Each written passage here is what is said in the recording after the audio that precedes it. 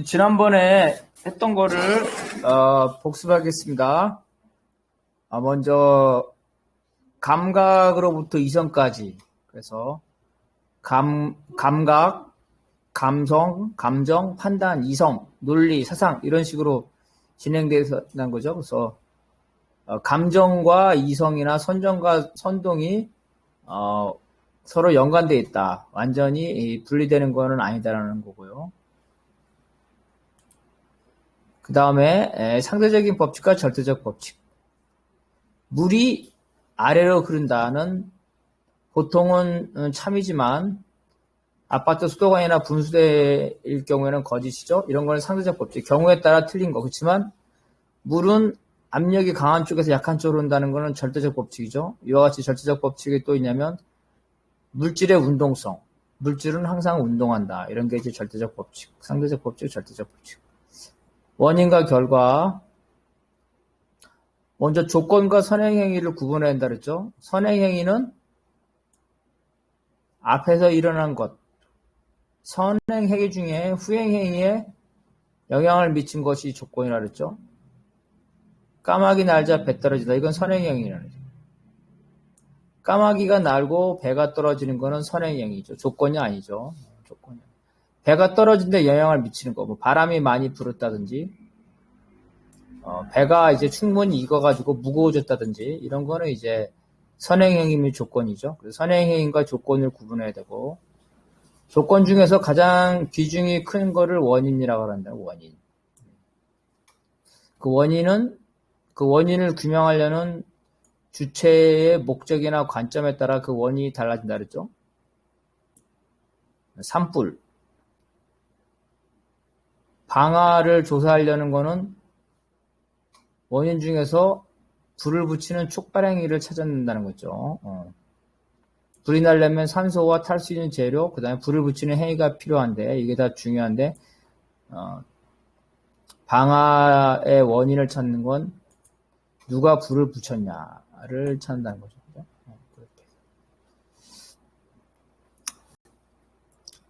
그 다음에 동기. 동기는 그러한 행위를 한 이유죠. 치정살인이다. 그러면은, 사망의 동기죠, 동기. 치정살인. 심리적 원인을 말하는 거죠. 살인을 할 때, 사람이 죽었으면, 첫 번째는, 부검할 때는 사람의 사망 원인은 과다출혈, 이렇게 나오겠죠. 근데 경찰이 조사할 때는 사람의 사망 원인은 살인, 칼로 찔렀다, 이런 거죠. 동기는 애인이 변심을 해서 애인에게 복수를 하는 이러한 동기를 이렇게 한다는 거죠. 형식과 내용이죠. 공기보다 가벼운 수소는 밀폐된 용기에 담아야 된다. 내용에 따라서 형식이 달라진다는 거죠. 반대로 형식이 내용을 만들 수 있다 그랬죠. 갓난아기의 머리는 변형이 가능하니까 베개에 따라서 머리가 이쁘게 만들어질 수 있다는 거죠. 이게 이제 형식과 내용. 형식과 내용에서 생산력이 내용이라면 생산관계는 형식이라 그랬죠. 서로 상호작용한다. 보통 생산력이 변화하면 생산관계도 변화하는데 봉건 말기라고 본다면 봉건 말기에 봉건적 생산력, 토지를 중심으로 한 생산력은 낡은 생산력이고 도시의 공장의 생산력은 새로운 자본주의적 생산력은 새로운 생산력이죠. 이렇게 돼서 그래서 도시의 공장의 자본주의 생산력은 농촌 공동체적 생산관계를 해체시킨다는 거죠. 생산력이 생산관계를 해체시키는데 반대로 또 생산관계가 생산력을 활성화시키고 자본주의가 초창기에는 자본주의적 소유관계가 이로 인해서 생산력이 발전하죠. 자본주의적 소유관계, 수공업적 관계, 그 다음에 기계공업적 관계, 그 다음에 자동화 시설, 이런 소유관계죠. 생산관계에 따라서 생산력이 발전하죠. 생산력과 생산관계는 상호작용하는데 일반적으로 생산력이 생산관계를 규정한다. 반대도 가능하다는 거고. 목적. 서울에서 부산을 가는 게 목적이라면 중간 목표가 있겠죠? 중간 목표. 대구를 거쳐 갈 수 있고. 그 다음에 방법은 육지로 갈 수가 있겠죠? 육지로 가면 자동차. 하늘로 날아가면 항공기. 이런 게 방법, 수단이 되는 거고. 여러 가지 방법 중에서는 자기가 그 사람의 행위 목적에 따라서 방법을 선택한다 그랬습니다. 바닷물에서 소금을 추출할 때 실험실에서 하려면 빠르게 해야 되니까 끓여서 추출하지만 바닷물에서 소금을 만들어서 팔려면 경제적 용법 때문에 증발, 햇빛에 의한 증발의 방법을 택합니다. 분석과 종합. 자, 분석이라는 거는 각각의 부분이 전체에 어떤 영향을 미치고 있냐 이걸 찾는 거죠. 종합은 각각의 부분에 미치는 영향이 개별적인 측면과 종합적인 시너지 측면을 다 관찰하는 거죠. 그래서 분해와 조립. 분해를 하면 전체에서 부분의 G를 알 수 있죠. 조립을 하면 부분이 전체에 어떻게 영향을 하는지 알 수 있어요. 분해와 조립을 반복한다. 이러한 것들이 서로 다 관련성이 있다는 거죠. 실험은 실험실에서 주로 과학실에서 주로 많이 하죠. 이 가설을 설정하고 그것들이 맞는지 안 맞는지. 산소가 없으면 쥐가 죽는다. 그걸 하기 위해서 진공 상태에서 쥐를 놓는 거죠. 근데 사람이 산소가 없으면 사람이 죽는다. 이걸 실험하기 위해서 사람을 갖다가 진공 상태에 놓으면 안 되겠죠. 사람의 문제는 이렇게 실험하기 어려운 부분이 있어요. 사람의 경우는 이제 실천을 하는 거. 실천은 주체의 문제가 있는 겁니다. 실천은 닥치는 대로 하는 게 아니죠. 그냥 사는 게 아니에요. 실천한다 할 때 아무 생각 없이 하루하루 살아가는 사람은 실천하는 게 아니라 그냥 살아가는 거. 수동적으로 사는. 실천이라는 건 능동적으로 사는. 주어진 조건에 따라 자기의 목적을 달성하기 위해서 한다는 거죠. 이게 실천이고. 그 다음에 시험도 있어. 실험은 기능이 작동하는가, 그죠? 최초로 해보는 거예요. 내가 한 가설이 맞나 없나 최초로. 시험은 가설이 맞았는데 그게 제대로 잘 작동. 그래서 미사일을 처음 개발할 때는 실험을 하지만 개발하고 나서 그 미사일이 잘 작동한지 몇 년에 한 번씩 발사를 해보죠. 그건 시험이라고 그래요. 시험. 그래서 발표할 때 이미 새로 만드는 것. 드론을 새로 만들어서 하늘에 날려보내는 건 실험이지만 그 만든 드론이 잘 작동하고 있는지 한 달에 한 번씩 가동시키는 거는 시험. 필연과 우연이죠. 어떤 사실관계의 조건을 전부 다 우리가 모를 때는 우연처럼 보이지만 그러한 사실관계를 조건을 다 파악하게 되면 발생한 과거 사실에 미친 모든 조건을 파악하게 되면 그건 필연이 된다고 그랬어요. 그 파악하지 못할 때 그걸 우연이라고 생각한다는 거고. 확률, 가능성. 동전은 앞뒤에 나올 확률이 50%죠. 근데 실제로 한 번 던지면은 앞면이 100% 나오거나 뒷면이 100% 나오겠죠. 그래서 횟수가 적을 때는 이러한 확률, 실제가 간격이 크지만 횟수가 증가할수록 이 확률, 50% 확률에 접근한다는 겁니다. 횟수가 낮을수록 가능성, 확률과 현실성은 상충되지만 횟수가 많을수록 가능성과 현실성, 즉 확률에 가까워진다는 것. 삶과 죽음. 최초의 생명체가 죽지 않으면 끔찍하다 그랬죠. 죽지 않으면 진화가 될 수 없죠. 유전자를 빨리빨리 증식해야 되는데 내가 안 죽으면 자식을 낳는데 내 아들도 안 죽죠. 내 손자도 안 죽어. 손자도 안 주고. 그렇게 몇 번 하면 더 이상 자식을 안 낳겠죠. 그러면은 유전에 있어서 진화 과정이 되질 않아요. 그래서 최초의 생명체가 만약에 죽지 않았다면, 진화하지 않았다면, 오늘날 고등 생명체가 존재하지 않는 것. 개체가 죽음으로써 종은 진화될 수 있다는 거죠.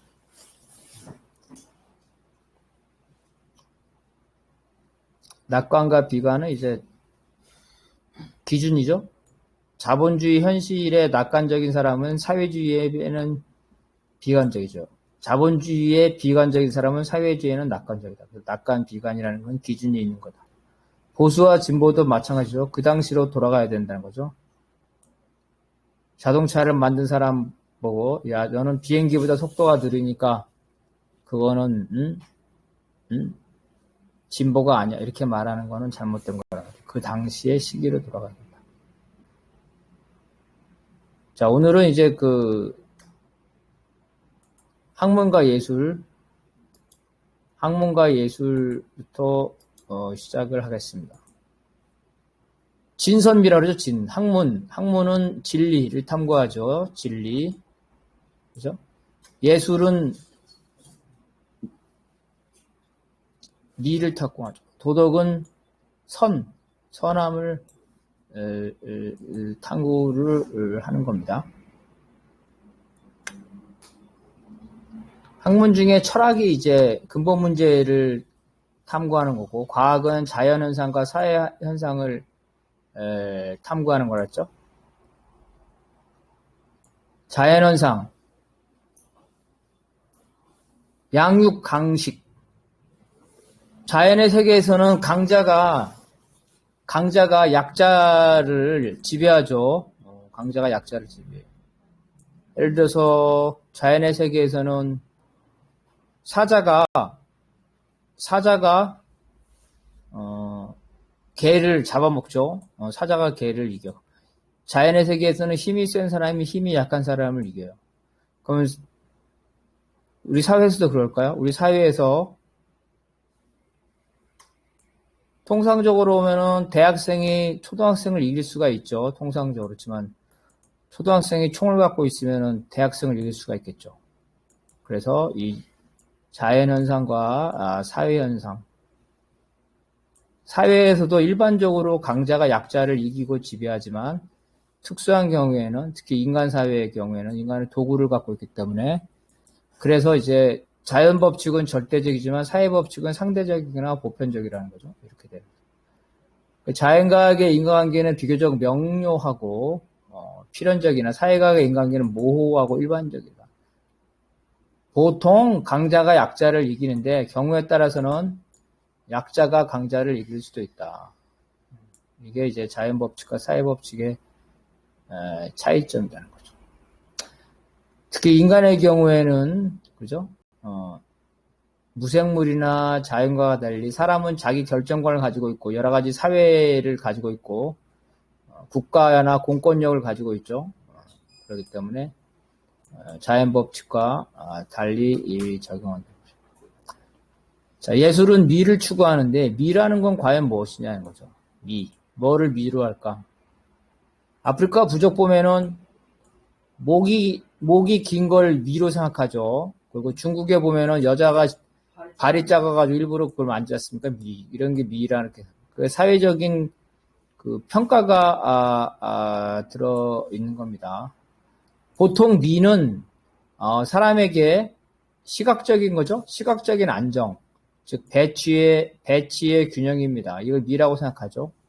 그래서 얼굴과 키, 비율, 팔등신, 구등신 이렇게 보통 그렇게 생각을 하죠. 그래서 배치의 균형, 안정적인 느낌을 주죠. 배치가 균형이 되면 이런 것들을 미라고 생각합니다.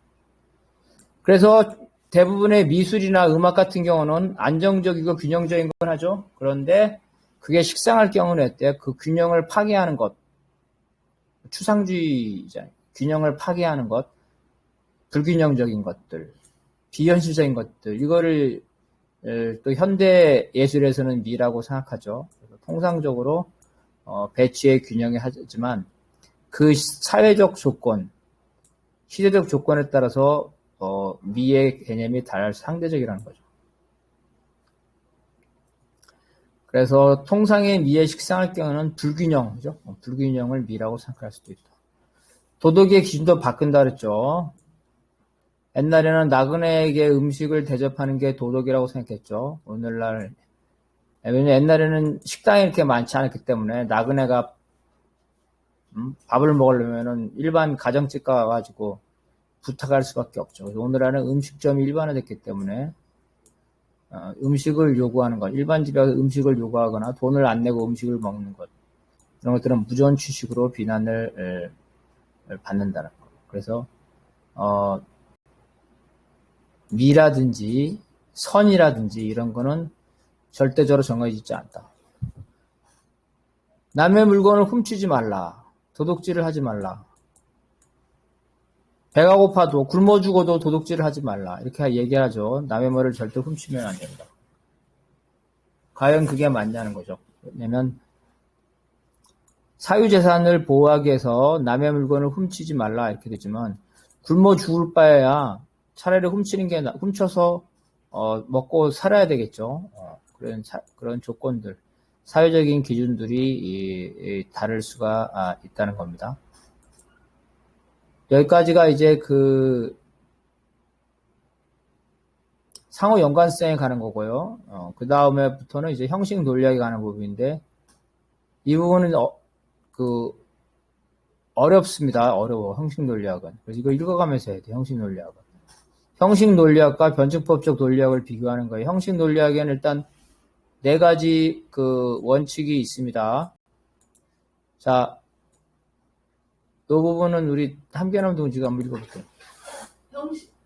형식 논리학에서 명제는 참인지 거짓인지 증명할 수 있는 문장이다. 사람들은 돼지고기보다 쇠고기를 좋아한다는 것은 선호에 대한 것이므로 사람에 따라 참 거짓이 다를 수 있다. 형식 논리학을 하기 위해서는 일단은 명제라는 걸 알아야 되는데, 명제는 참인지 거짓인지 증명할 수 있는 것들을 말하는 거예요. 그죠? 그래서 참이 될 수도 있고 거짓이 될 수 있는 거, 그거는 명제가 아닙니다. 일단 논리하려면. 사람들은 돼지고기보다 소고기를 좋아한다. 소고기보다 돼지고기를 좋아하는 나라가 어떤 나라예요? 소고기 주면은 돼지고기랑 바꿔 먹어. 이슬람, 해교. 그렇답니다. 우리 옛날에 한국에 무슨 한국전쟁 때 이슬람 쪽 사람들이 왔는데, 소고기보다 돼지고기를 더 좋게 본다는 거예요. 그래서 어떤 게 참인지 거짓인지 알 수가 없어. 경우에 따라 다르기 때문에. 이게 명제라는 거예요. 일단 명제를 전제로 해서 진행하는 겁니다. 첫 번째, 자, 이거는 우리 이한국 동지가 한번 읽어봅시다.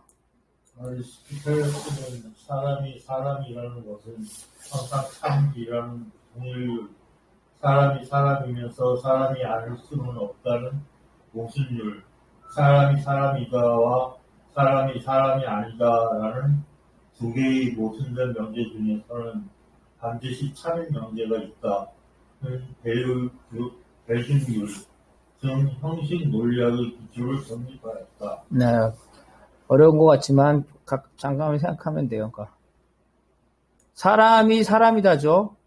자기 자신은 자기 자신이다는 거 맞는 말이죠. 동일하다는 거지. 그러니까 자기 자신은 자기 자신이다. A는 A다. 그죠? 이걸 동일해. 자기는 자기 자신과 같다. 이걸 동일률이라는 거예요. 이거 참이라는 거죠. 자기는 자기 자신과 같다는 거 항상 옳다. 이런 거죠. 그러면서 또 하나는 자기는 A는 만약에 A라면은 그거는 A이지 A이면서 A가 아닐 수는 없다는 뜻이에요. 그죠? 내가 사람이다. 그래서 이한국 동지가 사람이면 사람이지 사람이면서 사람이 아닐 수는 없다는 거야. 이거는 모순율. 서로 모순되는 주장을 하면 안 된다는 거예요. 이거는. 그 다음에 배중질은 뭐냐면 서로 모순되는 명제. 그러니까 명제는 뭐야? 참인지 거짓인지 증명할 수 있는 문장이라 그랬죠. 그래서 서로 반대되면 그 중에 하나는 참이 있고 그 중에 하나는 거짓이 있겠죠. 그래서 서로 모순된 명제에서 이한국 동지는 사람이다와 이한국 동지는 사람이 아니다가 서로 모순되죠. 이런 모순된 게 있으면 둘 중에 하나는 참이고 둘 중에 하나는 거짓이겠죠. 그래서 두 개의 모순된 명제가 있으면 반드시 이 참인 명제가 있고 거짓인 명제가 있죠. 모순된 명제가 있다면 거기에는 참과 거짓이 있다. 이게 형식 논리학의 기초를 아리스토텔레스가 다 한 게 아니라 선배들의 이 얘기를 정리를 해서 아리스토텔레스가 이런 기초를 만들었다는 거예요. 여기에서는 이제 그 중학교 때 집합을 다 배웠을 겁니다. 집합 개념, 명제를 집합 개념으로 하는 건데요. 이거를 우리 한계남 동지가 한번 읽어봅시다. 동일률에 따르면 어떤 것도 자기 자신과는 같다. A는 B다라는 명제가 참이 되려면 A는 A이거나 A는 B에 속해야 된다. A는 B에 속한다가 돼야 한다. A가 A다가 참이라는 원리를 최초로 든 것은 그리스 엘레아파의 시조인 파르메니데스이며 존재하는 것은 존재하고 존재하지 않는 것은 존재하지 않는다라고 하는 형태로 표현하였다. 네. 그리고 동일률, 어떤 것은 자기 자신과 같다. A는 B이다. 그래서 A는 B다가 참이 되려면, 이게 두 개가 참이 되려면 A가 되거나, 즉 사람은 사람이다죠. A와 B가 서로 동일한 거거나, 아니면 사람은 동물이다처럼 A가 B에 속해야 된다는 얘기예요. 그래서 중학교 때 수학을 배웠을 때 집합을 배웠으면 될 거예요. 명제를 배웠으면 A는 B다가 참이 되려면 A는 B의 부분집합이 된다. 즉 사람과 동물의 부분집합이죠. 이런 거예요. 이런 것들을 이제 이 사람이 했다는 얘기고, 이거는 별 중요하지 않고. 자, 모순율, 이거는 이영동지가 한번 읽어봅시다. 모순율은 모순이 있는 것을 주장해서는 안 된다라는 논리학의 규칙이다. A를 하나의 명제로 할 때 A는 A가 아니다라고 말하는 것은 항상 옳지 않다. 따라서 A는 A가 아닐 수는 없다는 항상 옳은 명제이다. A는 A가 아닌 것과 양립할 수 없다. 즉 A가 BA의 교집합은 공집합 항상 거짓이다. 네. 그래서 자, 모순이 있는 것, 그죠? A가 있다면 그거를 A라고 그래야지 A가 아니라고 말하면 안 된다는 거예요. 즉 A는 자기 자신이 되죠. A가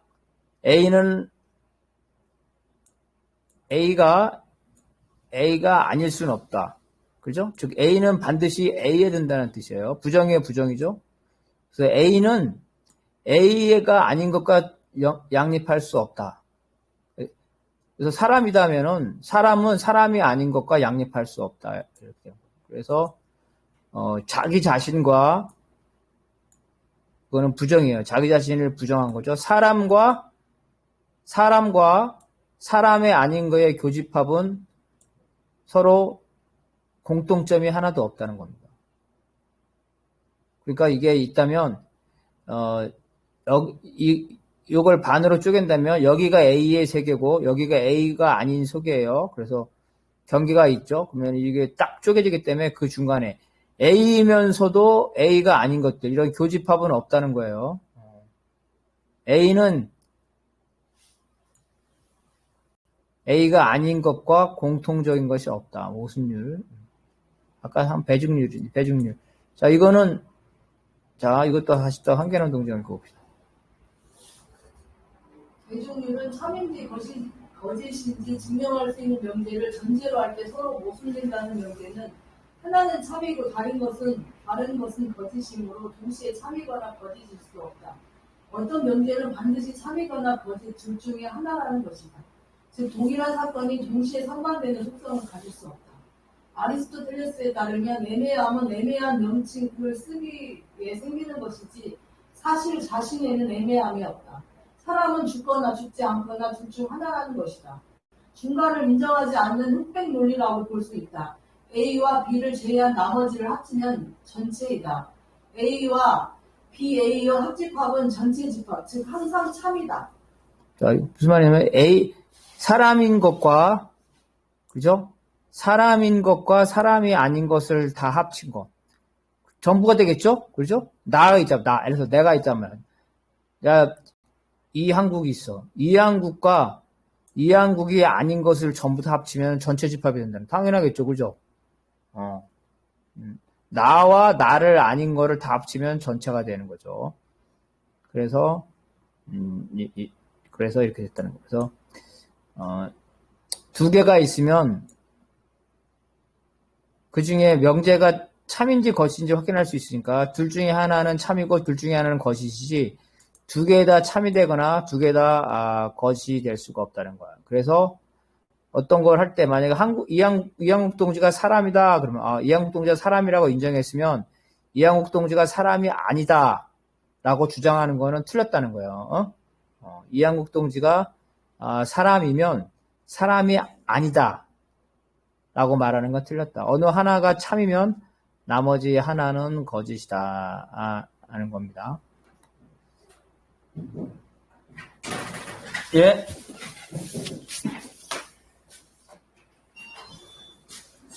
그 다음에 이거는 이제 더 어려운 건데 이거는 우리 이항국 동지가 한번 읽어봅시다. 라이프니츠와 쇼펜하우어는 형식 논리학에 충족 이유율을 추가했다.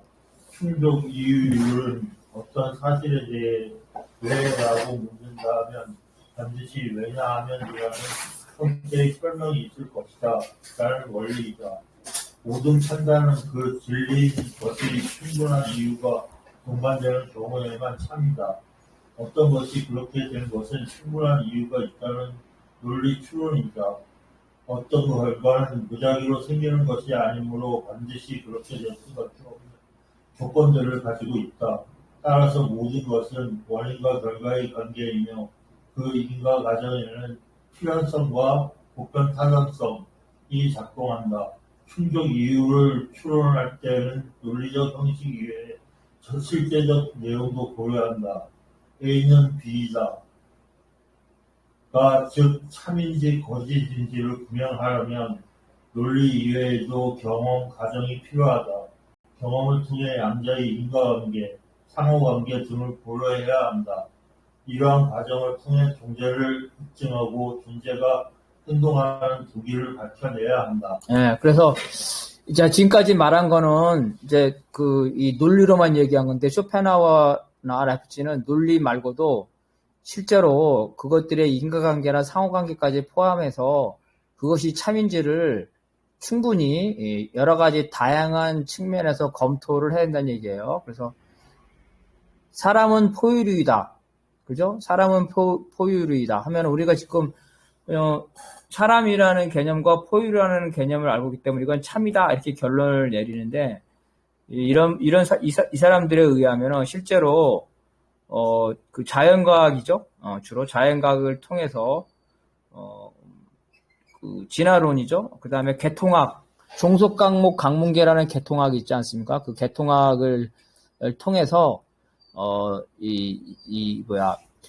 화석, 그죠? 사람의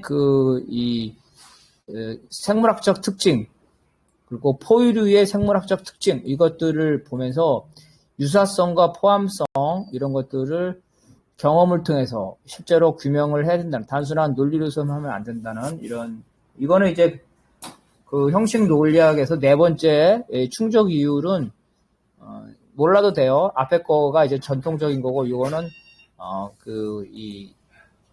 추가적으로 이후에 나온 게 충족 이율입니다. 그래서 형식 논리학은 3담 논법을 택하고 있어요. 3담 논법을. 그래서, 자, 사람은 포유류이다. 그죠? 그러면 사람은 포유류니까 사람은 포유류에 속하죠? 포유류는 동물이다. 포유류는 동물에 속하죠?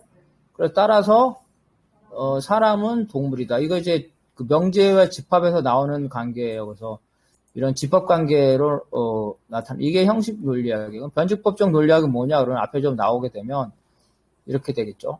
그래서 보면 아까 뭐라고 했냐면, 동일부터 봅시다. 어떠한 것도 항상 자기이시다. 자, A는 B다 할 때 그게 참이라면, 즉, 홍길동. 홍길동은, 사람이다. 이렇게 말할 수가 있겠죠. 홍길동은 사람이다. 이순신은, 사람이다. 이거 추상적인 거죠.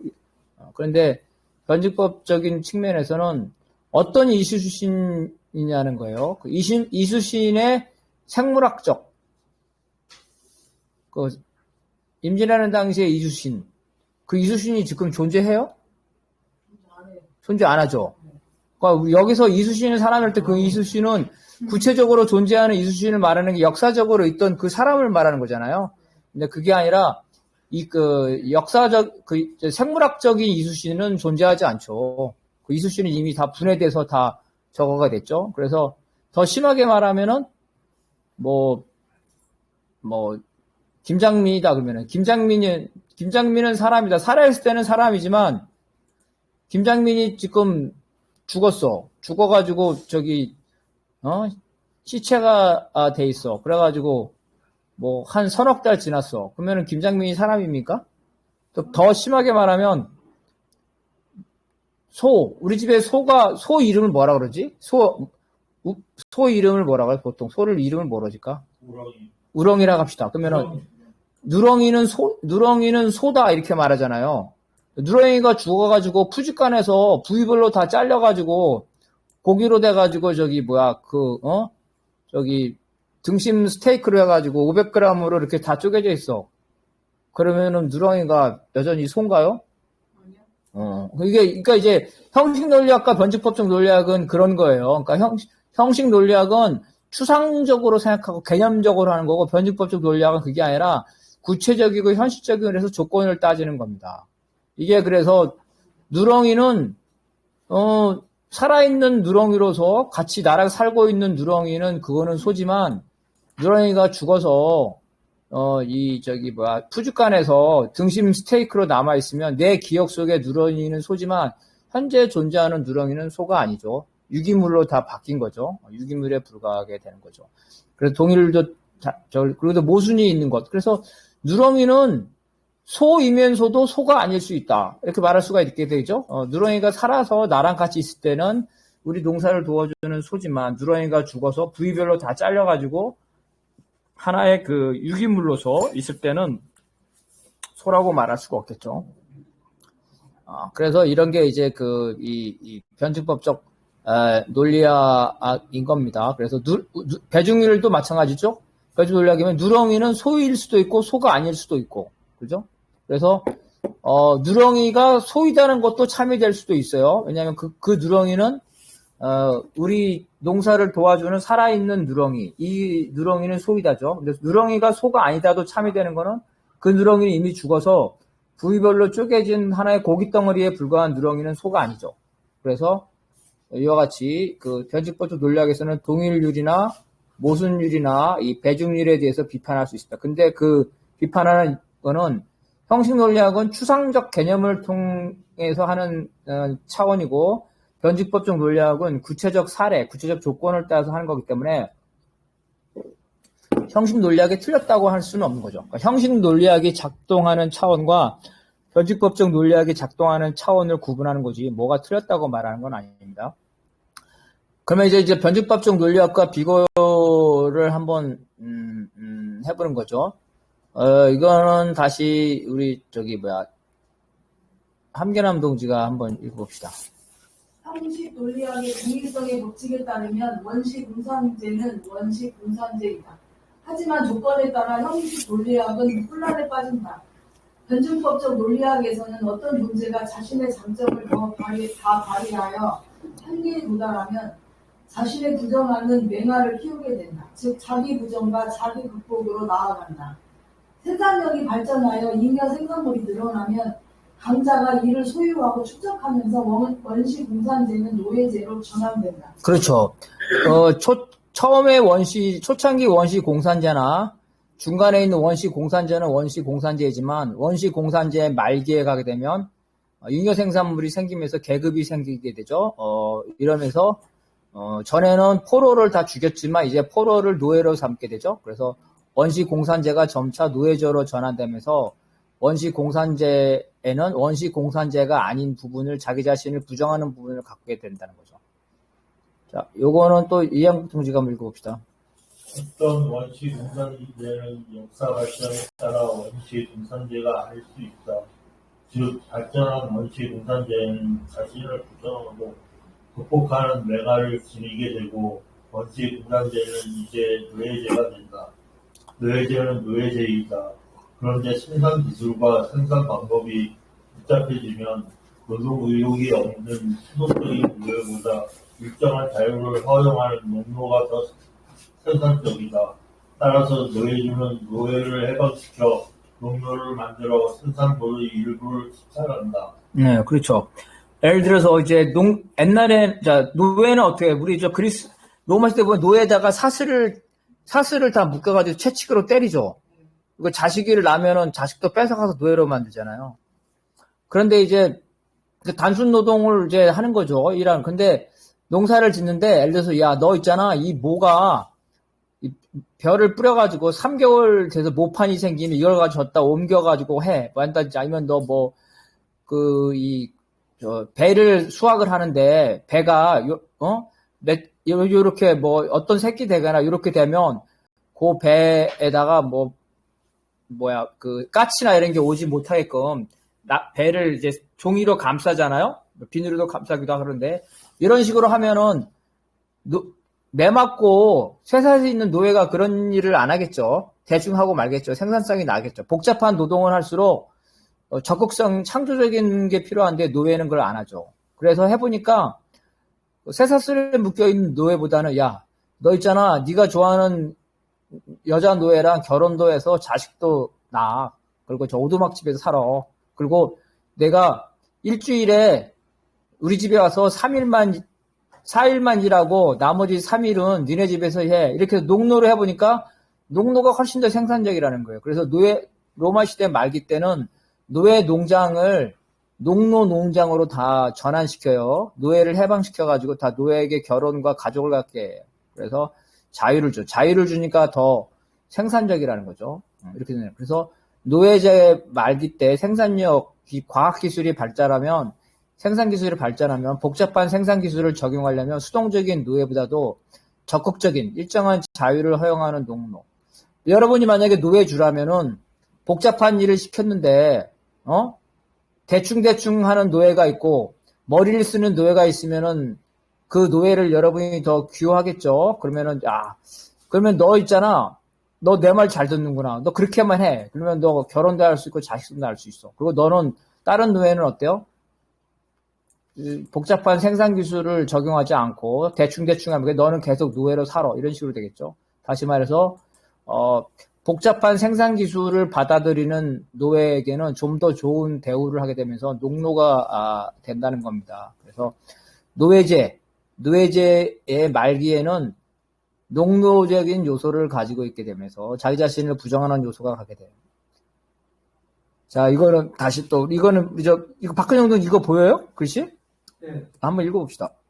형식 물리학의 모순율에 따르면 어떤 것에도 그것에 어긋나는 것이 속할 수 없으며 또한 서로 어긋나는 성질이 함께 어떤 것에 속할 수 없다. 강아지가 아닌 것이 될 수 없다. 하지만 변증법적 논리학에서는 어떤 것은 자신이 아닌 것을 포함할 수 있다. 노예제 말기나 농노제 초기에는 노예와 농노가 같이 존재한다. 즉 노예제 사회에서 자신을 부정하는 요소가 존재한다. 미국에서 노예가 해방된 게 1865년인가 4년인가 그렇죠. 근데 1864년 65년은 미국도 자본주의 사회죠. 그죠? 미국이 자본주의 사회예요. 그래서 미국 그 북부에는 이 자본주의 이 공장이 많이 발전했고 남부는 이제 목화 노예 농장에 있어요. 어쨌든 미국은 자본주의 사회. 자본주의 사회인데도 그 노예가 존재하죠. 그리고 지금 자본주의 사회인데 어디야? 어디라고 그럴까? 사우디? 아니면 카타르? 카타르가 1인당 소득이 얼마인지 아세요? 10만 달러도 넘는 것 같은데? 엄청난 소득이에요. 거기 가사노예가 있다면, 가사노예. 다른 그 이슬람 중동 국가인들이죠. 가난한 그 사람들을 가사노예로 삼다는 거예요. 물론 때리거나 뭐 그러진 않겠지만, 어쨌든 노예. 그죠? 자본주의 사회에서도, 이 노예적인 요소가, 남게 되죠. 그래서, 그러니까 자본주의 사회의 자본주의 생산 양식이 아닌 노예적 생산 양식. 미국의 목화 농장 있죠? 이렇게 존재한다는 거예요. 자기 자신에는 자기 자신이 아닌 거를 포함할 수 있다. 자, 그 다음에 이거는 우리 이양동 씨가 읽어봅시다. 성식 논리학이 배준율에 따르면 즉 중간은 배제된다. 강아지는 동물이다. 강아지는 동물이 아니다와 같이 모순 관계에 있는 두 생각이 모두 거짓이거나 참을 수는 없다. 그에 대해서 농노제로 넘어가는 가도가 즉 로마의 노예농장 말기 시대에는 노예제인지 농노제인지 모호하다. 남녀는 모순된다. 철수가 혼성이나 간성일 때 철수는 여성이다와 철수는 남성이다. 모두 틀릴 수도 있고 맞을 수도 있다. 또한 신을 인격과 같은 물체로 생각한다면 존재하지 않는다. 하지만 신은 신앙심으로서 믿음의 영역이라면 존재한다. 즉 신은 존재하기도 하고 존재하지 않기도 한다. 개념에 따라 형식 논리학은 혼란에 빠진다. 그래서 형식 논리학이 틀렸다는 게 아니라 어떤 조건에 따라서 형식 논리학이 틀릴 수도 있다는 거죠. 형식 논리학은 단순히 추상적인 개념을 말하는 거고, 변칙법적 논리학은 구체적인 조건과 사실을 말하는 거라 그랬죠. 그래서 아까 말한 것처럼 로마의 노예 농장에는 두 가지 형태가 노예가 존재를 해요. 뭐냐면 그 주인을 말을 잘 듣고 복잡한 노동을 잘 하면 주인한테 보상을 받아서 따로 오두막도 짓고 가족과 같이 살 수 있는 농노죠. 이런 그 해방에 가까워지는 노예와 그 다음에 말도 안 듣고 그죠? 때리지 않으면 일을 하지 않는 그런 노예, 이런 두 가지가 다 있을 수가 있다. 그래서 그때 그 로마 시대의 노예 농장을 보면은 그게 노예제인지 농노제인지 모호할 수가 있다는 거예요. 그 다음에 뭐 이거는 이제 사방지라는 말 들어보셨어요? 예. 조선시대 사방지. 예. 그 혼성이라는 거잖아요. 그죠? 예. 여자의 모습. 여자하고 남자하고의 생식기가 같이 있는. 네, 그렇게 그 혼성이 있을 수 있다는 거예요, 사람이. 그 신도 역시 마찬가지고. 그래서 이러한 조건이나 개념에 따라서 형식 논리학은 혼란에 빠진다는 거예요. 그렇기 때문에 이제 변칙법적 논리학은 명제의 개념과 조건의 변화까지 다 그 확인을 한다는 게 이제 형식 논리학과 변칙법적 논리학의 이 차이입니다. 다시 돌아가서 변칙법적 논리학은 우리가 쉽게 되는데 형식 논리학에서 말이 어려워요. 말이. 그죠? 동일률, 모순율, 배중률. 말이 어려워. 동일률은 그냥 간단하게 자기 자신은 자기 자신과 같다는 거고, 모순율은 자기 자신이 아닌 것과 같을 수는 없다. 이런 거죠. 자기가 아닌 것과 같을 수는 없다. 배중률은 명제는 참이거나 거짓인데 서로 상반되는 주장이 있으면 둘 중에 하나는 참이거나 거짓. 이건 되게 중요해요. 여러분이 만약에 판사라고 하세요. 판사인데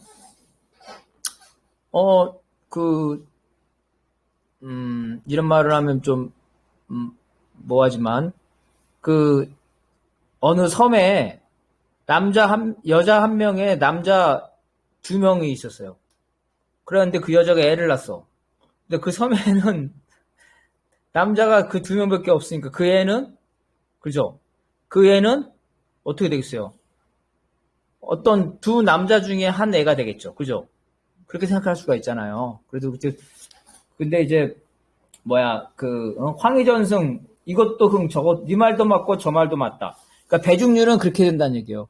네 말도 맞고 저 말도 맞다. 두 사람의 상반되는 주장이 있으면 한 사람의 주장은 참이고 다른 한 사람의 주장은 거짓이지 둘 다 참이 되거나 둘 다 거짓이 될 수 없다.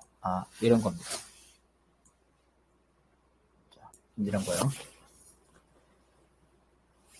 충족 이유는 그냥 넘어가면 되고.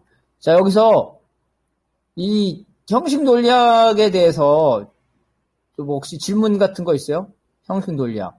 변증법적 논리학은 마찬가지로 그것도 좀 다 포함해서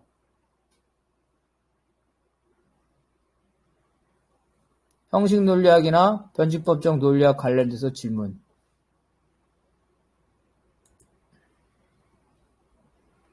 그 사이 까먹었는데 아까 질문 하나 있었는데. 뭐요? 그래서 이것만 생각하면 돼. 변증법적 논리학은 개념만 가지고 따지는 게 아니라 그 조건까지 따진다는 거예요. 어떤 조건, 그죠?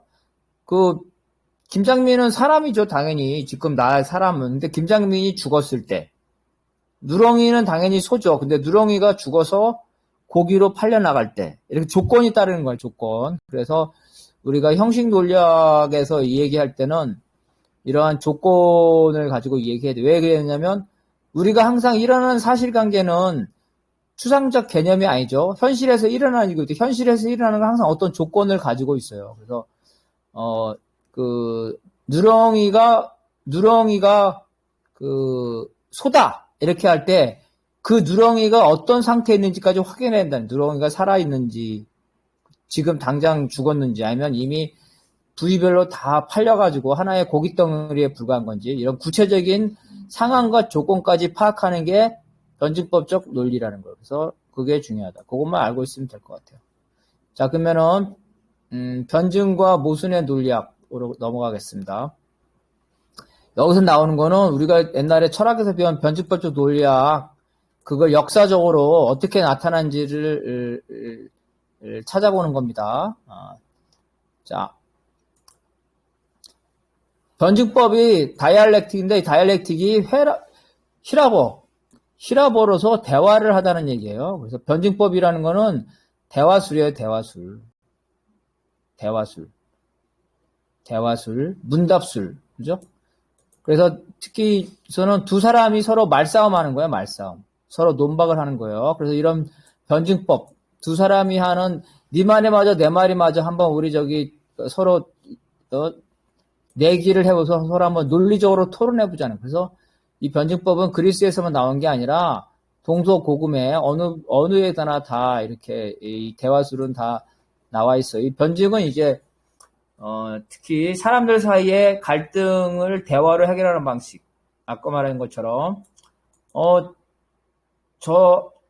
솔로몬에도 나오죠. 이게 누구 애냐 그러니까 솔로몬이 각자 반씩 나눠 가자라고 그랬잖아요. 이처럼 어떤 재판을 할 때 주장되는 상반되는 재판을 하면 이 얘기를 하면 그거를 대화로서 누구 말이 맞는지 해결하는 중. 변호사들이 주로 사용했던 방식이에요. 그리스에서는. 그래서 여기서 중요한 거는 서로 토론을 하면서 규칙 룰이 있어요. 서로 토론하면서 자신의 입장이 모순이 있음을 지적받으면 그것을 받아들여야 돼요. 그죠? 근데 어때? 자기가 틀렸는데도 안 받아들이는 사람 있죠?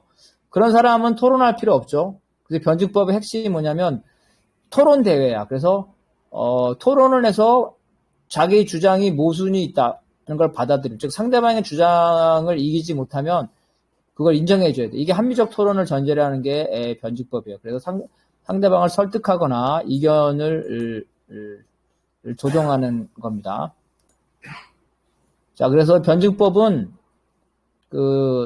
서로 다른 견해를 가진 2명 이상 사람들이 이 토론에서 자기 주장이 맞다고 주장하는 여러 가지 다양한 방식이에요. 그러한 방식 중에서 주요한 법칙이 변증법적 법칙이 되는 겁니다. 막스가 만들어내거나 해겔이 만들어내거나 그런 것들이 아니고 그 사람들은 그것들을 정리했을 뿐이에요.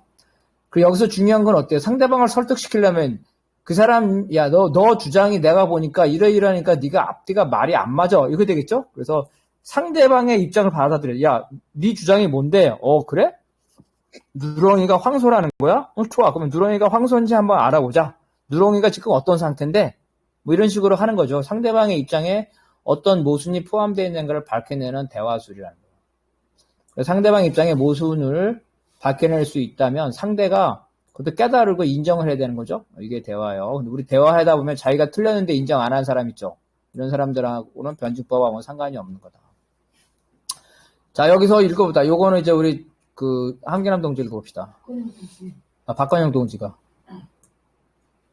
변증은 대화에서 설득 방법으로 자기 주장과 다른 주장을 인정하면서 시작한다. 이 인간의 양자 대립을 전제로 하나 자신의 입장과 다른 다양한 입장을 인정하는 다원성을 포함한다. 다만 이런 이원성, 다원성을 통일해 나가는 대화술이다. 변증의 방법은 정명제와 반명제를 사용하여 이들 간에 모순되는 주장에 한명제를 찾거나 최소한 대화가 지향하는 방향의 질적 변화를 일궈내는 요법이다. 서로 경쟁 관계에 있는 정명제와 반명제의 전제를 부정하여 제3의 길인 한명제에 도달하는 것이다. 따라서 참이라고 인정되는 명제를 전제로 하여 논리를 발전시키는 전통적인 형식 논리학에 반대된다. 그래서 뭐 주장으로 본다면, 예를 들어서 주장을 좋아하는 건데, 그래서, 함경남 동지는 채식을 좋아해. 나는 채식주의자니까 나 채식을 먹겠어, 그래. 근데, 우리 양기소 동지는 육식을 좋아해. 그래서 오늘 저녁에 밥을 먹으러 가야 되는데, 길에서 서로 싸우는 거야. 나는 채식을 좋아하니까, 채식집에 가자. 나는 육식을 좋아하니까 육식집을 가자는 거죠. 이런데 변증법은 뭐냐면, 그러면 일단 인정하는 거예요. 그래, 너 채식 좋아하는 거 알았어. 너 인정해. 너 육식 좋아하는 거 인정해. 근데 우리가 그러면은 너도 인정하고 나도 인정하면서 이거를 같이 인정하면서 같이 서로 병존할 수 있는 방법. 그죠? 병존할 수 있는 방법은 뭐냐는 거죠. 여러 가지 방법이 있겠죠. 형식 논리학에서는 그 방법이 하나밖에 없죠. 변증법 논리학에서 무중적인 방법이 많아요. 양보하는 경우도 있겠죠. 그러지 않고 그러면은 쌈집에 가자. 쌈집에 가가지고 나는 쌈집과 나는 야채 먹고 너는 고기 먹고 그러면 되지 않냐. 이렇게 되는 거가 있겠죠. 그래서 둘 중에 어떤 방법이냐. 첫 번째는 교집합을 찾는 방법. 서로 입장이 다른데 공통점을 찾는 거예요. 공통점을 찾는 것.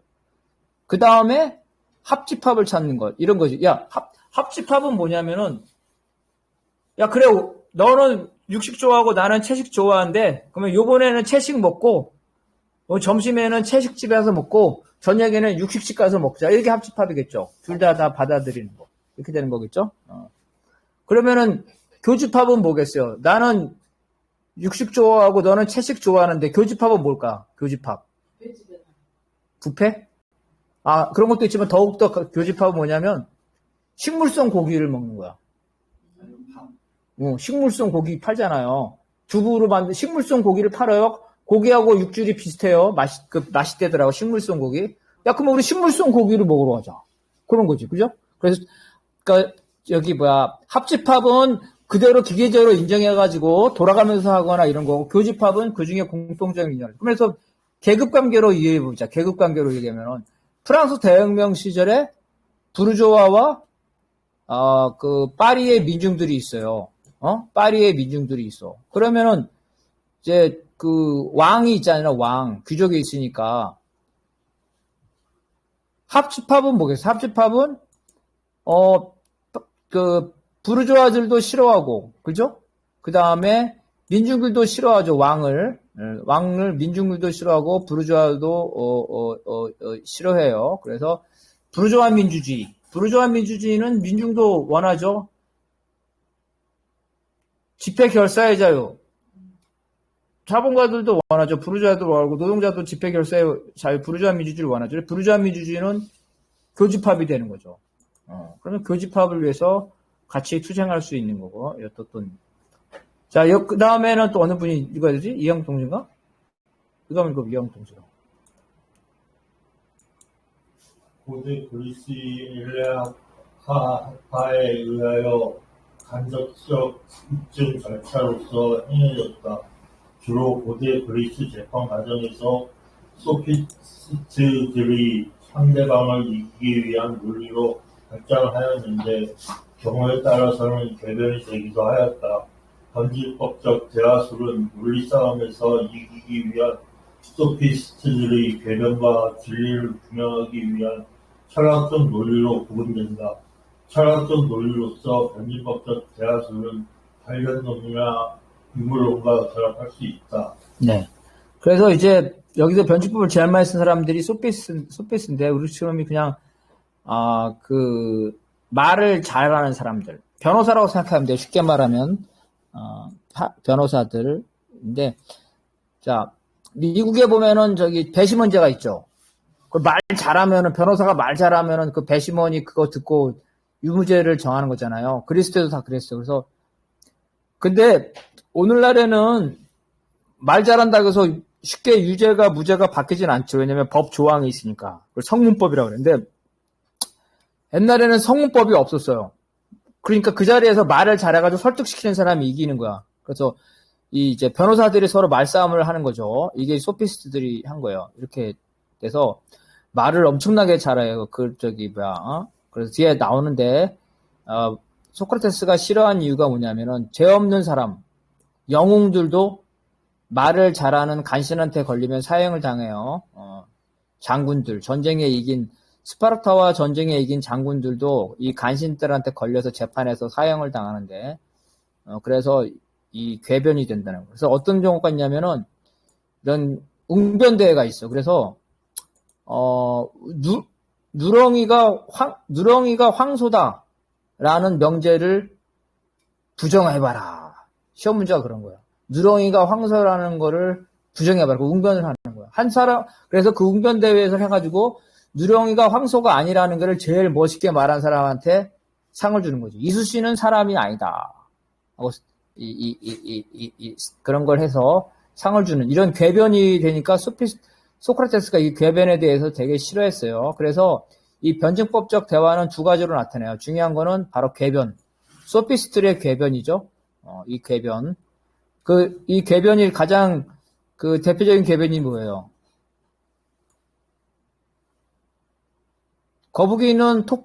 토끼는 거북이를 이길 수 없다. 아킬레스가 이제 잘 달리는 사람이잖아요. 엄청나게 잘 달리는 사람인데 토끼라고 해봅시다.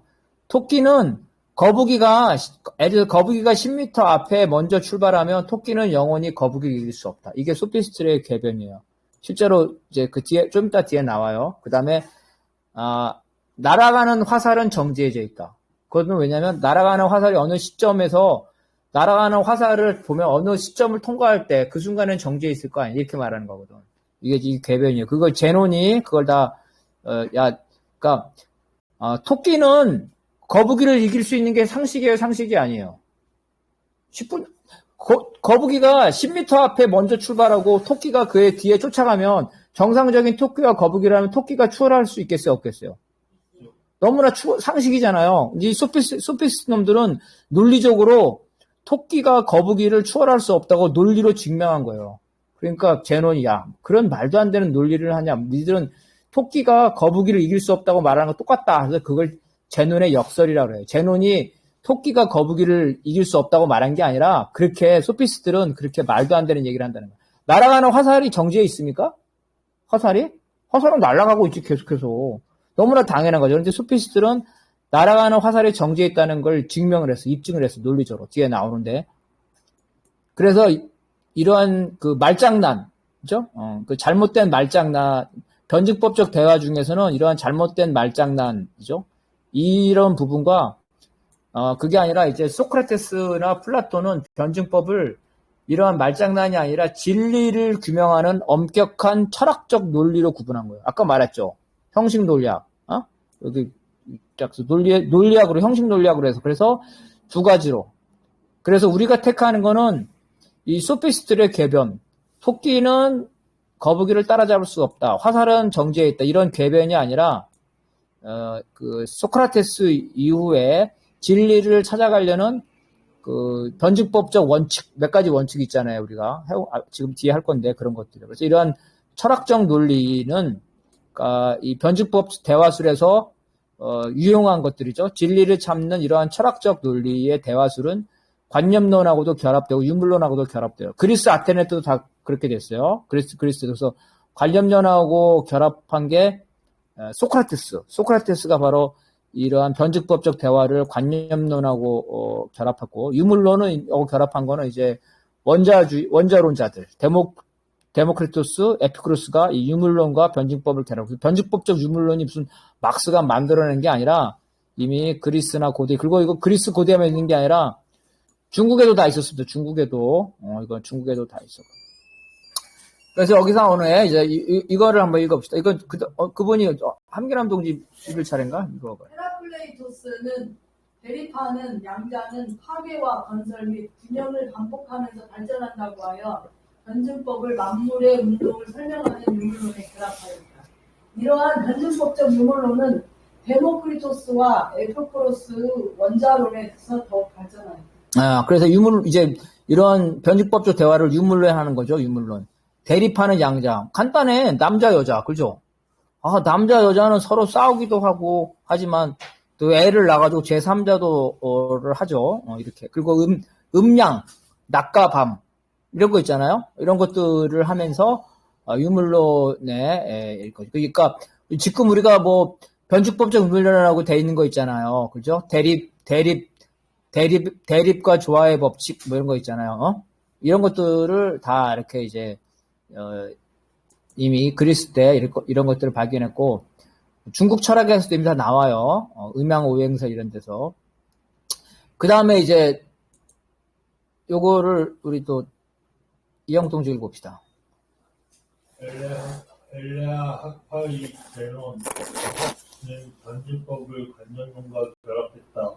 제논은 날아가는 화살은 정지에 있다가 아킬레스는 먼저 출발한 거북이를 추월할 수 없다는 거짓된 명제를 참인 것으로 증명함으로써 상대방의 논리적 모순을 역설적으로 지적하였다.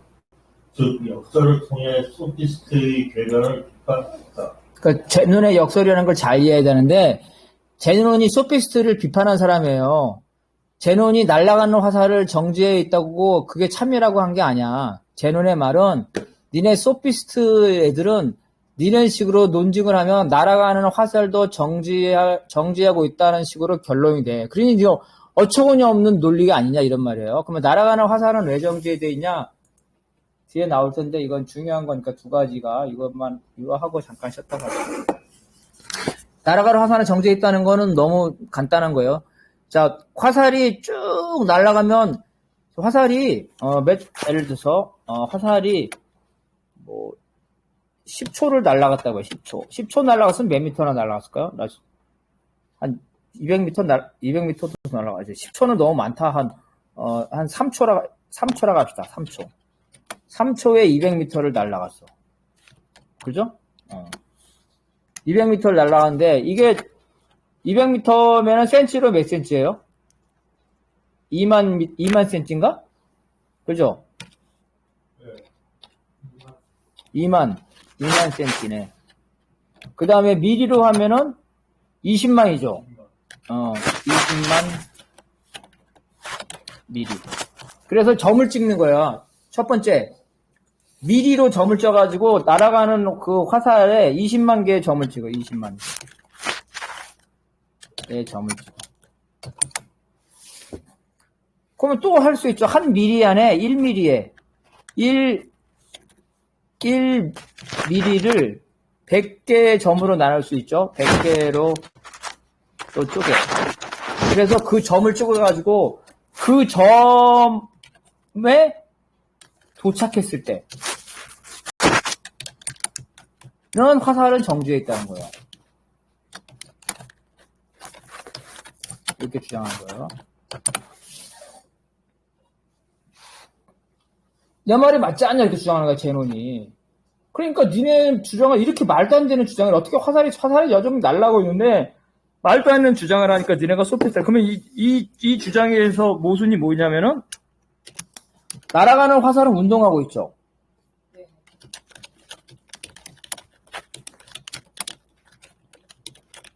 운동하고 있다는 건 뭐냐면은 물체가 시간과 공간을 점유라는 말이 어려운데, 하여튼 시간과 공간을 결합돼 있다는 거잖아요. 그죠? 물체의 운동 속에서 시간을 분리하고 공간을 분리할 수가 있어요? 그 관념에서 나타나는 거라고. 그러니까, 날아가는 화살은 항상 이 화살이라는 물체는 시간과 공간을 가지고 있고, 이 시간을 멈출 수가 없어요. 이 사람이 말하는 거는 그 점에 도착했을 때, 그때 화살은 정지하고 있다. 앞뒤가 안 맞는 거지. 화살은 날아가고 있어. 어느 순간에도 항상 화살은 날아가고 있어. 물체는 항상 시간과 공간을 결합하고 있지, 시간을 멈출 수가 없단 말이에요. 그죠? 어떻게 날아가는 화살의 시간을 멈추고 하나의 가정의 관념에 불과하고 화살은 항상 날아가고 있는데 그 점을 지났을 때 화살이 정지하고 있다고 말하는 거야. 그래서 물체의 운동에서 시간을 분리해내버리는 거야. 시간을 정지시키는 거야. 말이 안 되지. 영화에 보면 시간 정지시키는 거 있죠. 딴 사람 시간은 다 정지시키고, 예를 들어서 우습게 얘기한다면 내가 시간을 정지시키는 능력이 있어. 그러면은 저 사람이 무슨 맛있는 음식이 있어. 시간을 정지시킨 다음에 내가 다 먹어버리고, 다시 시간을 돌리고, 그러죠? 이 아름다운 여성이 있으면 가서 손 한번 잡아보고, 다시 그거 말이 안 되는 얘기잖아. 그죠? 이게 바로 이제 그런 거고, 그 다음에, 토끼, 토끼가, 거기서 실제로는 영웅인데, 봅시다. 토끼. 거북이가 10m 앞에서 먼저 출발했어요. 그리고 이제 토끼가 그 뒤에, 그죠? 토끼가 동시에 이제 그 뒤에서 출발을 했어. 근데 거북이는 시속이 얼마일까요? 10cm 파, 응? 10cm 파 미니트. 우리 시간으로 하면 너무 하니까 분속으로 칩시다. 분속. 거북이가 1분에 몇 미터를 갈까요? 3m? 한 3미터? 그래, 3미터라고 할 수 있어, 1분에. 3미터. 그거는 거북이 분속은 3미터죠. 그러면은 토끼는 분속이 1분에 얼마를 갈까요?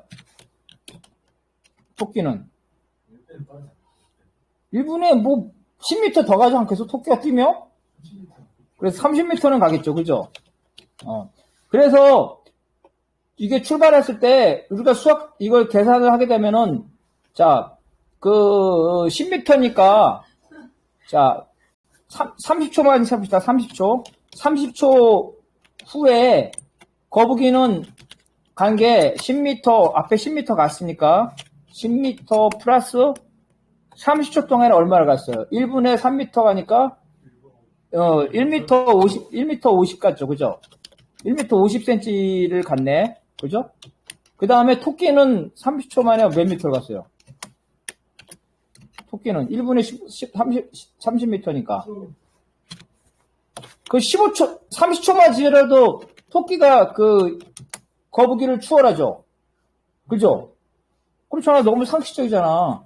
근데 얘네들은 어떻게 주장하냐면 이렇게 주장하는 거야. 만약에 토끼가 거북이가 먼저 가고 토끼가 나중에 갔다는 거예요. 그러면은 거북이가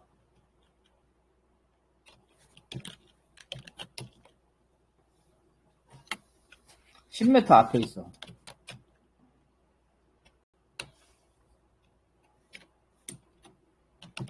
토끼는 뒤에. 그러면은 이런 식이야. 거북이가 있는데, 예를 들어서 토끼가 거북이를 반쯤 따라잡았다, 이거. 토끼가 속도가 빠르니까 반쯤 따라잡았어. 그래서 격차가 10m에서 5m를 추격을 했어. 그 5m 추격하는 동안에 어때요? 거북이도 얼마큼 갔겠죠? 추격하는 동안에, 거북이는 얼마인지 모르지만은, 5m 추격하는 동안에, 30cm를 갔다고 칩시다. 30cm. 그죠? 5m를 추경하는 다음에 30cm 갔으니까 50cm. 정확히 50cm. 50cm. 정확히 30cm. 아, 50cm. 50cm. 이렇게 되면은 5m 추경하는데 5m 갔으니까 차이는 지금 5m 50cm가 되겠죠. 그죠? 차이가 5m 50cm가 되는 거야. 그래서 이제 토끼가 또 이제 쫓아가가지고, 5m 50cm에 가가지고, 뭐 3m를 추월했어. 그래서 3m를 추격을 했어. 추격을 하면 그동안에, 추격하는 동안에, 거북이는 뭐 30cm를 갔다고 치면 30cm를 갔으면은 3m 추격했으니까 2m에서 2m 30cm네. 2m 30cm가 여전히 거북이가 앞서고 있겠죠. 그래서 또 갔어. 거북이가 또 토끼가 또 가가지고 요번에 1m를 추격을 했어. 1m를 추격하는 동안에 거북이는 10cm를 갔다고 합시다. 그 1m 추격했으니까 1m 빼면 1m 30cm니까 이제 1m 40cm가 되겠죠. 차이가. 또 요번에 토끼가 또 10cm 빼먹었는데. 그 1m 50. 요번에 또 토끼가 이번에 이제 1m 50cm니까 그 반 또 1m를 또 추격을 했어.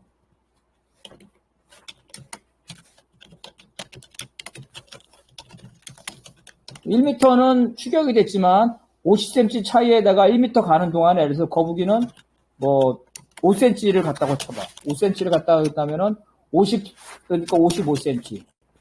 이런 식으로 결론은 이거야. 뭐냐면 토끼가 거북이를 추격하는 동안에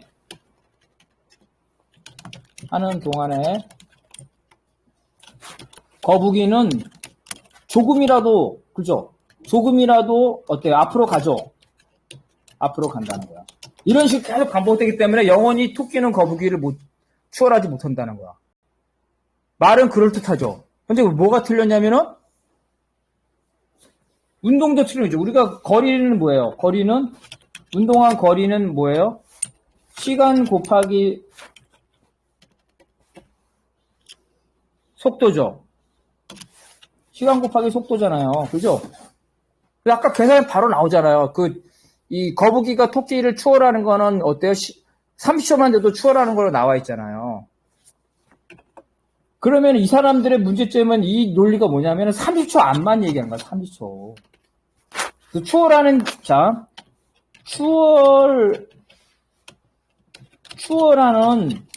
시간이 30초라면 그 30초 안에서는 거리가 좁혀지지만 추월은 못하겠죠. 그죠? 만약에 토끼가 거북이를 추월하는 그 시점이 30초라면 추월하기 전까지는 토끼가 아무리 거북이를 추격하더라도 그만큼 거북이를 조금씩 갈 거니까 추월하지 못할 거잖아요. 무슨 말이냐면 추월하지 못하는 시간 내에서 논리라는 거예요. 그죠? 네. 근데 그러니까 뭐야? 이 새끼들은 이렇게 수학으로 해가지고 거리는 시간 곱하기 속도 해가지고 계산하면 10m를 추월하는 게 언제든지 답이 딱 나오잖아요. 이렇게 하는 게 말로 하는 거야. 토끼가 거북이를 추격하는 동안에 거북이는 조금이라도 앞으로 간다는 거야. 그러면은 앞에 가고 있는 거북이를 쫓아가기 위해서 또 토끼가 거북이를 뒤에 바로 쫓아가면은 거북이는 어쨌든 쉬지 않고 가니까 조금이라도 간다는 거야. 그래서 이거를 만약에 점으로 표시한다면 이렇게 되겠죠. 이렇게 돼서 여기가 추월 시간이라고 합시다. 30초라고 합시다. 30초. 그럼 얘네는 이렇게 말하는 거야.